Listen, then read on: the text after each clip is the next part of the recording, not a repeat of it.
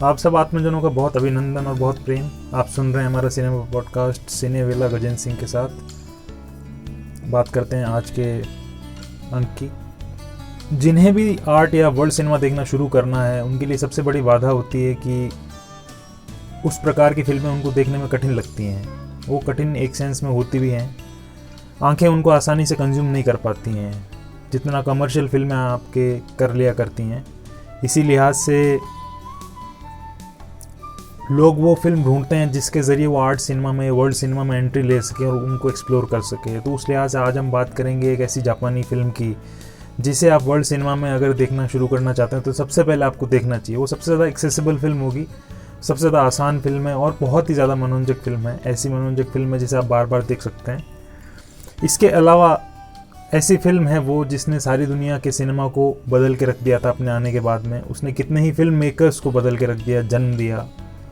आज जिन्हें हम सिनेमा के लेजेंड्स मानते हैं, वो फिल्म और उनके डायरेक्टर्स हैं, वो इस फिल्म से ही देख देख के सीखे। इस फिल्म की प्रेरणा लेकर और कहीं तो नकल करके भी दुनिया की सबसे पॉपुलर और सबसे ज़्यादा कमाई करने वाली फिल्में बनी हैं। इस फिल्म का जिसका हम जिक्र कर रहे हैं, इसका नाम है 7 सामुराई, मतलब 7 सामुराई। और इसको बनाया था महान स्क्रीन राइटर और डायरेक्टर अकीरा कुरोसावा ने। फिल्म की कहानी पे जाने से पहले थोड़ी सी और बातें करते हैं। 7 सामुराई के जो स्टोरी एलिमेंट्स हैं या उसका जो स्ट्रक्चर है या उसके जो विजुअल्स हैं, उसके जो डायलॉग्स हैं और उसकी दूसरी जो बारीक चीज़ें हैं, उनके कई रेफरेंस आप ऐसी फिल्मों में देख सकते हैं जो आपकी बहुत ही फेवरेट फिल्में हैं, लेकिन आपको कभी ये पता नहीं रहा होगा कि उनकी उन चीज़ों का जेनेसिस क्या है, उनका जन्म कहाँ हुआ। जैसे जॉर्ज मिलर की बहुत ही प्रसिद्ध फिल्म है मैड मैक्स फ्यूरी रोड, हाल ही में आई थी, उसे आप ले लीजिए। या उन्हीं की मैड मैक्स 2 थी, द रोड वॉरियर, उसको ले लीजिए। रिडली स्कॉट की ब्लेड रनर थी। मैट्रिक्स रेवोल्यूशंस थी जो लोगों को बहुत पसंद है। Lord of the rings 2 towers है जिसकी पॉपुलैरिटी बहुत ज़्यादा है। या इवन पिक्सर की एनिमेशन फिल्म है अ बग्स लाइफ, उसको ले लीजिए। इन सारी फिल्मों के अंदर कहानियों के स्तर पे, स्ट्रक्चर के स्तर पे, स्टोरी एलिमेंट्स के लेवल पे, विजुअल्स के लेवल पे ऑलमोस्ट प्रेरणाएं आपको सीधी नज़र आती हैं। और इसके सिवा आज हम जितनी भी ऐसी फिल्में देखते हैं जिसमें कोई एक हीरो है, कोई एक व्यक्ति है जो एक मिशन पे निकला है और वो उस मिशन को पूरा करने के लिए अलग अलग तरह के लोगों को ढूंढ रहा है। सबका अलग अलग बैकग्राउंड है, सब अलग अलग किस्म की क्वालिटी रखते हैं। फिर उनको उनकी एक टीम बनाता है और उनको जोड़ता है, फिर आगे निकलता है। और तो ये जो असेंबल करने का जो प्लॉट होता है कहानी में, जो लोगों को असेंबल करने वाला जो पूरा तरीका है, ये 7 सामुराई से आया था। सबसे पहले 7 सामुराई में ये देखा गया था, ऐसा कहा जाता है और है भी। और उसके बाद से लेके अब तक दशकों से न जाने कितनी फिल्मों ने उसका अनुकरण किया है, आप उसको गिन भी नहीं सकते हैं। जैसे आपने बहुत सी ऐसी फिल्में देखी होंगी जिसमें ये आपको नज़र आया हो। जैसे ओशंस 11 है, बहुत ही प्रसिद्ध फिल्म है। द अवेंजर्स है, आर्मागेडन है, इनग्लोरियस बास्टर्ड्स है, the usual suspects, fast and furious series की फिल्म है फास्ट 5 और वेब सीरीज़ है द वॉकिंग डेड। इस प्रकार से जस्टिस लीग है जिस फिल्म में बैटमैन दुनिया को बचाने के लिए सारे सुपर हीरोज को एक साथ इकट्ठा करता है। और तो इसकी प्रेरणा भी 7 सामुराई है। और द मैग्निफिसेंट 7 है, द मैग्निफिसेंट 7 है जो 7 सामुराई की ही रीमेक थी। और जस्टिस लीग के डायरेक्टर जैक स्नाइडर ने खुद ऐसा कहा था कि हाँ ऐसा ही है। इसके अलावा जो 2019 में आई शायद सबसे ज़्यादा पैसे कमाने वाली फिल्म थी अवेंजर्स एंड गेम, उसकी भी प्रेरणा है। उसमें भी ये असेंबलिंग वाला जो तरीका है ये 7 सामुराई से आपको देखने को मिलता है। अगर भारतीय फिल्मों की बात करें तो भारतीय सिनेमा की जिसको सबसे प्रसिद्ध और सफल फिल्म कहा जाता है शोले, वो 7 सामुराई की ही रीमेक थी। ये सारी की सारी प्रेरणा 7 सामुराई की ही वो थी, या यहाँ तक कि साउथ के सिनेमा में और दूसरी भाषाओं के सिनेमा में भी। तो इसी तरीके से चाइना गेट जो फिल्म है वो पूरी तरीके से 7 सामुराई से ही प्रेरित थी, या रीमेक थी, या नकल थी। इवन जो चाइना गेट में यंग लड़के का किरदार होता है जो बाकी फौजियों के साथ लड़ना चाहता है और एक औरत को अपनी नकली माँ बना के लाता ताकि वो कहें और वो लड़ने दें, ये किरदार, वो माँ वाला एंगल अगर हटा दें तो ये किरदार मूल रूप से 7 सामुराई में नज़र आता है। एक यंग सा सामुराई होता है जो दूसरों के साथ लड़ना चाहता है, लेकिन वो उसको बचाते हैं, पीछे रखते हैं कि तुम अभी यंग हो, तुम नहीं कर पाओगे, लेकिन लास्ट में उसकी एक कहानी आगे जाती है। इस तरीके से लगान एक बहुत बड़ी फिल्म है, जो लगान भी अगर कहें तो 7 सामुराई से ही प्रेरित है। लगान में जो दुगना लगान देने की बात को लेके भुवन और बाकी गांव वालों के बीच में संवाद होता है, वो संवाद है वो सेवन सामुराई के एक शुरुआती सीन से पूरी तरह प्रेरित लगता है। उस सेवन सामुराई के उस सीन में डकैतों से रक्षा करने के लिए एक गांव का नौजवान बोलता है कि हमको लड़ना चाहिए, और फिर बात वहाँ जाती है कि सामुराई की मदद दी जानी चाहिए। गांव वाले उसकी बात से रजामंद नहीं होते, विरोध करते हैं, उसकी बातों की मजाक उड़ाते हैं, ठीक उसी तरीके से जैसे लगान में भुवन की बातों की मजाक उड़ाई जाती है। तो इस प्रकार की जो बुनियाद, मजबूत बुनियाद सिनेमा की दुनिया में रखने वाली सेवन सामुराई है, ये 1954 में रिलीज़ हुई थी। अकीरा कुरोसावा ने इसको बनाया था। एक ऐसी जापानी फिल्म है जिसको देख के ढंग की एक्शन फिल्में बनाना दुनिया का सिनेमा सीखा। उसको एक्शन फिल्मों की गुरु फिल्म भी बोल सकते हैं, और दुनिया के सिनेमा की सबसे महानतम फिल्मों में सेवन सामुराई गिनी जाती है। सेवन सामुराई की कहानी बहुत सीधी सी है। 16वीं सदी के जापान में इसकी कहानी घटती है, जहाँ पे सिविल वॉर की स्थिति है, युद्ध से देश पीड़ित है। जो गांव के कस्बों के लोग हैं, किसान हैं, वो पिस रहे हैं, राजा उनसे टैक्स ले रहा है, और उधर दूसरी तरफ डाकू लूटपाट करते हैं, परेशान करते हैं, मारते हैं।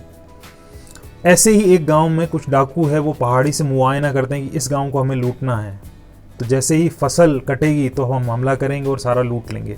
उसके बाद वो ये तय करके वहाँ से चले जाते हैं अपने घोड़ों को लेके, और वहाँ तलहटी पे कोई किसान है, वो लकड़ियाँ बीनने आया होता है, वो वहाँ से उनकी बातें सुन रहा होता है। वो तुरंत जाता है दौड़ के और सबको बताता है, और ये सारी जानकारी मिलते ही सारे किसान और गांव के लोग एकदम मृत प्राय से हो जाते हैं, निराश हो जाते हैं। उनको सूझता नहीं कि क्या करें, क्योंकि पहले से उनके पास कुछ नहीं है, और डाकू आके अगर फसल ले जाएंगे तो वो खाएंगे क्या। लेकिन सारे कमज़ोर, कुछ कर नहीं सकते। और फिर उसी दौरान वहाँ एक युवक होता है, वो खड़ा होता है, कहता है कि हम लड़ेंगे और हम नहीं देंगे फसल। सारे लोग विरोध करते हैं कि ये संभव नहीं है। बाद में सब मिलके गांव के बुजुर्ग आदमी के पास जाते हैं, और जिनसे वो हमेशा राय लेते हैं हर फैसले, हर चीज़ के ऊपर। वो बुजुर्ग कहते हैं कि हम सामुराई हायर करेंगे अपनी रक्षा के लिए, हम लड़ाई करेंगे। ऐसे सामुराई हायर करेंगे जो बेरोज़गार आज के टाइम में हो चुके हैं, और जिनके पास मतलब पहले वाला उनका व्यवस्था नहीं रही, पहली व्यवस्था नहीं रही, और वो जो भी पैसे देता उनके लिए लड़ते हैं। लेकिन गांव वाले हैं, उनके पास तो पैसे भी नहीं है, तो गांव के लोग ऐसे सामुराई खोजने जाते हैं जो दो वक्त के चावल को खाने के बाद उनके लिए डाकुओं से लड़ सकें। वो लोग जाते हैं, आगे क्या होता है, और वो 7 सामुराई ढूंढ के ला पाते हैं या नहीं ला पाते हैं, और ये सारा फिल्म में आप आगे देखें। सेवन सामुराई को अकीरा कुरोसावा ने कुछ अन्य राइटर्स के साथ मिलकर लिखा था, और कुरोसावा को उनकी बेजोड़ स्क्रीन राइटिंग के लिए जाना जाता है। फिल्म में कुछ ऐसे संवाद हैं जो बहुत गहराई वाले हैं, जिनको आप देखते हुए ठहर के सोच सकते हैं। जैसे जो युवक गांव वालों को बोल रहा होता है कि डाकुओं से मुकाबला करेंगे, उस युवक का एक संवाद बहुत अच्छा लगता है। वो कहता है कि तुम सब भूल गए क्या कि जो चावल आज हम खा रहे हैं उसे उगाने के लिए हमें कितना नीचे झुकना पड़ा था। एक सीन होता है जिसमें एक सिनिकल गांव वाला होता है, दोष ढूंढता रहता है, हर चीज़ में नेगेटिव सोचता है। जब हम चावल का पानी पीकर जिंदा रहते हैं तो सामुराई को क्या खिलाएंगे। और मुझे एक सामुराई ऐसा बता दो जो खाने के बदले में किसानों के लिए लड़ने को तैयार होगा। तो इस पर वो गांव के जो बुजुर्ग होते हैं वो कहते हैं कि भूखे सामुराई ढूंढो। जब भूख लगती है तो भालू भी पहाड़ों से नीचे उतर आते हैं।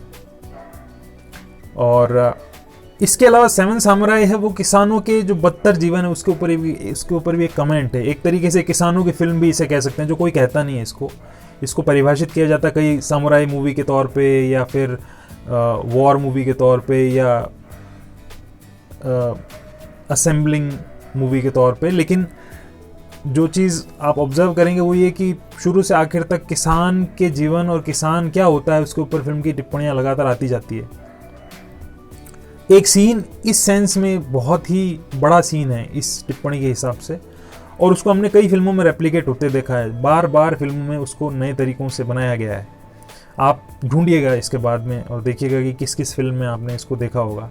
इस सीन के अंदर जब सामुराई चाहते हैं कि कहीं से उनको हथियार, तीर और आर्मर और कवच मिल जाए, तो 7वां सामुराई होता है कियूचियो, वो उनको लाके देता है ये सब सामान जो गांव वालों ने उसको दिया होता है। गांव वालों ने शायद किसी हमलावर या घायल सामुराई को मार के उनसे ले लिया था।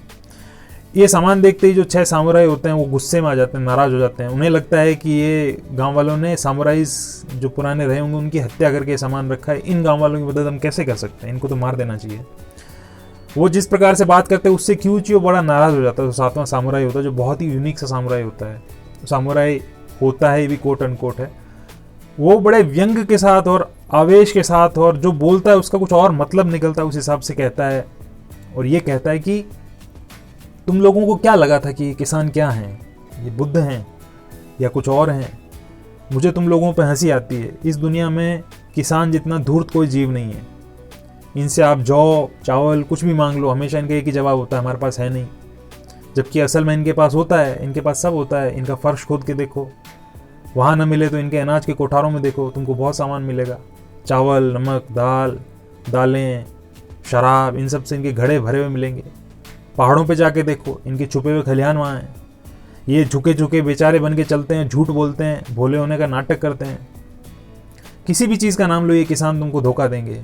युद्ध खत्म होने के बाद वो हारे हुए लोगों को भालों से मार देते हैं सामुराइज को। लालची लोग हैं, नेवले से भी ज़्यादा शातिर, नीच मूर्ख हत्यारे। लेकिन मुझे एक बात बताओ, इनको शैतान बनाया किसने?